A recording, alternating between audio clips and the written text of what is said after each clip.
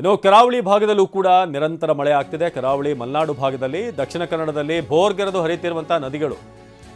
ಕರಾವಳಿ ಹಾಗೆ ಮಲೆನಾಡು ಎರಡೂ ಕಡೆ ಕೂಡ ದಕ್ಷಿಣ ಕನ್ನಡ ಇಲ್ಲಿ ಬಹುತೇಕ ನದಿಗಳು ತುಂಬಿ ಹರಿತಿವೆ. ನೇತ್ರಾವತಿ, ಕುಮಾರಧಾರ, ಫಾಲ್ಗುಣಿ, ನಂದಿನಿ ನದಿಗಳು ತುಂಬಿ ಹರಿತಿರೋದು.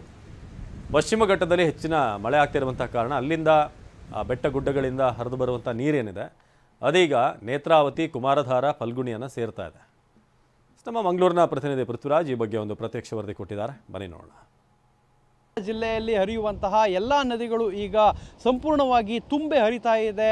ಏನು ಮಲೆನಾಡು ಭಾಗದಿಂದ ಬಿದ್ದಂತಹ ಮಳೆ ನದಿಗೆ ಸೇರ್ತಾ ಇರುವಂಥದ್ದು. ಅದಕ್ಕೆ ನಾನಿವಾಗ ನೇತ್ರಾವತಿ ನದಿ ತೀರದಲ್ಲಿದ್ದೀನಿ. ತಗ್ಗು ಪ್ರದೇಶಗಳಲ್ಲೂ ಕೂಡ ಸಾಕಷ್ಟು ಏನು ನೀರು ನುಗ್ತಾ ಇರುವಂಥದ್ದು ಮತ್ತು ಏನು ನದಿ ಬೋರ್ಗರೆದು ಹರಿತಾ ಇರೋದನ್ನು ಇಲ್ಲಿ ನಾವು ನೋಡ್ಬೋದಾಗಿದೆ. ಈ ಒಂದು ಅರೆಕಳ ಡ್ಯಾಮ್ ಬಳಿ ಇದ್ದೀವಿ. ಆ ಡ್ಯಾಮ್ನ ಹತ್ರ ನೀರು ಯಾವ ರೀತಿ ಒಳಹರಿವು ಯಾವ ರೀತಿ ಇದೆ ಅನ್ನೋದನ್ನು ನಾವು ಅಲ್ಲಿ ಗಮನಿಸ್ಬೋದಾಗಿದೆ.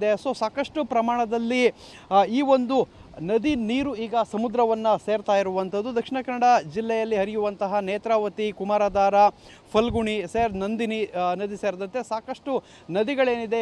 ಎಲ್ಲ ನದಿಗಳು ಈಗ ಜೀವ ನದಿಗಳಾಗಿರುವಂಥದ್ದು. ಎಲ್ಲ ಕೂಡ ಜೀವಕಳೆಯನ್ನು ತುಂಬಿಕೊಂಡು ಇವಾಗ ಹರಿತಾ ಇರುವಂಥದ್ದನ್ನು ನಾವಿಲ್ಲಿ ನೋಡ್ಬೋದಾಗಿದೆ. ಅಂದರೆ ಆರಂಭಿಕ ಹಂತದಲ್ಲಿ ಬಂದಂತಹ ಸೈಕ್ಲೋನ್ ವಿತ್ ಮಾನ್ಸೂನ್ ಮಳೆಗೆ ಈ ರೀತಿ ಈ ನದಿಗಳೆಲ್ಲವೂ ಕೂಡ ಈ ರೀತಿ ಬೋರ್ಗೆರೆದು ಹರಿತಾ ಇರುವಂಥದ್ದನ್ನು ನಾವಿಲ್ಲಿ ನೋಡ್ಬೋದಾಗಿದೆ. ಅಂದರೆ ಈ ಒಂದು ಪ್ರದೇಶದಲ್ಲಿ ಏನು ಸಾಕಷ್ಟು ನೀರಿನ ಹರಿವಿನ ಪ್ರಮಾಣ ಇರೋದರಿಂದ ಅಕ್ಕಪಕ್ಕ ಏನು ನದಿಯ ತೀರ ಪ್ರದೇಶಗಳೇನಿದೆ ಅವು ಜಲಾವೃತವಾಗುವಂತಹ ಸಾಧ್ಯತೆಗಳಿರುವಂಥದ್ದು. ಇವತ್ತು ಕೂಡ ರೆಡ್ ಅಲರ್ಟ್ ಇದೆ. ಇವತ್ತು ಕೂಡ ಹೆಚ್ಚಿನ ಪ್ರಮಾಣದಲ್ಲಿ ಮಳೆ ಕಂಟಿನ್ಯೂ ಆದರೆ ತಗ್ಗು ಪ್ರದೇಶಗಳು ಮುಳುಗಡೆ ಆಗುವಂತಹ ಸಾಧ್ಯತೆಗಳಿರುತ್ತೆ. ಕ್ಯಾಮರಾಮನ್ ರಾಜೇಶ್ ಜೊತೆ ಪೃಥ್ವಿರಾಜ್ ಬೊಮ್ಮನಕೆರೆ, TV9 ಮಂಗಳೂರು.